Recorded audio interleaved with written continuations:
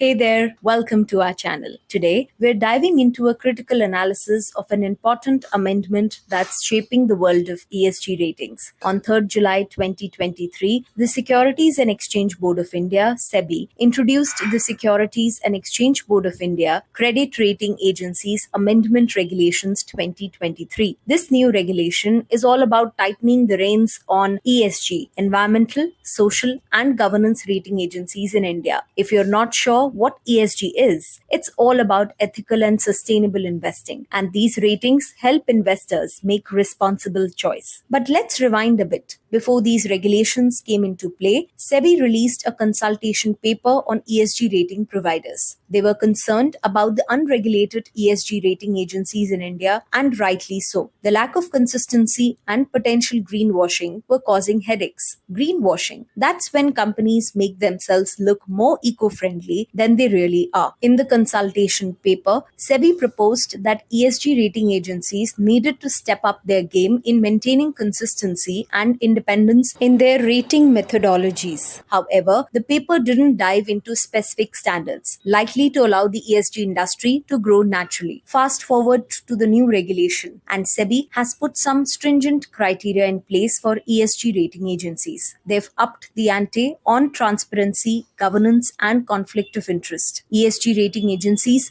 now have to maintain websites, disclose their rating methodologies while keeping some details confidential, and address conflicts of interest. Shareholding and director interlocks have also been capped to prevent monopolies and collusion. When it comes to the rating process, SEBI has made it clear that ESG rating agencies need to adapt their methodologies to the Indian securities market. They've got to keep their ratings up to date and continuously monitor their clients, all to ensure consistency. The regulation also imposes specific disclosure requirements. ESG rating agencies have to define their ratings clearly and emphasize that they are not stock recommendations. Now let's talk about the scope of this amendment. The amendment sets out the rules for ESG rating providers, ERPs. ERPs are the folks who give out ESG ratings for companies and securities. And guess what? SEBI is bringing in the regulations. They say anyone in this ESG rating business, whether they use the term ESG ratings or not, must register under these SEBI regulations. It's all about making the game fair, comparing to global regulations. But here's where it gets interesting. SEBI's approach is pretty similar to what's happening in the EU and the UK, but there are some crucial differences. First, SEBI's rules are quite prescriptive. They dictate what kinds of products ERPs must offer, leaving little room for flexibility. In contrast, the EU's regulation excludes certain ERP products, giving more freedom in offerings. Second, SEBI places some hefty barriers to entry. Entities wanting to register as an ERP must exclusively offer ESG ratings. This could be a bit limiting. On the other hand, the EU approach allows ERPs to engage in other activities as long as there's no conflict of interest. Let's talk about registration barriers. Now, about the barriers to entry. SEBI says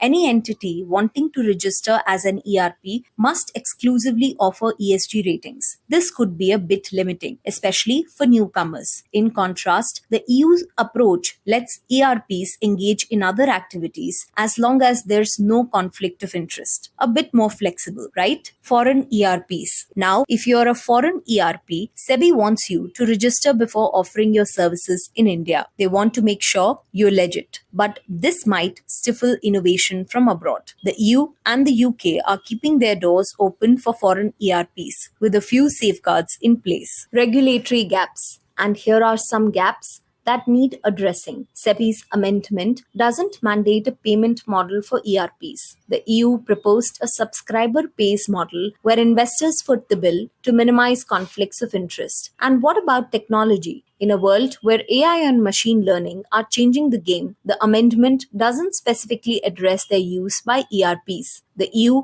and the UK have taken steps in this direction. In a nutshell, SEBI's approach is all about enforcing compliance, transparency, and corporate governance in the ESG rating industry in India. It's a step in the right direction for sure, but it's worth noting that the regulation doesn't address the risk of greenwashing entirely, and the lack of uniformity in ESG rating methodologies could still lead to some misinformation. The rise of ESG investing is making these rating agencies more critical than ever, as investors rely on them to make sustainable choices. The key takeaway is that SEBI is moving to keep things honest and transparent in the world of ESG ratings. And we're likely to see more research on ESG ratings' impact on investors' decisions in India. Stay tuned for more updates on this evolving landscape. We hope this breakdown helps you understand the amendment's impact on the ESG world. If you found this video insightful, don't forget to hit that like button, subscribe for more updates, and share it with your fellow investors. Thanks for tuning in, and we'll catch you in the next one.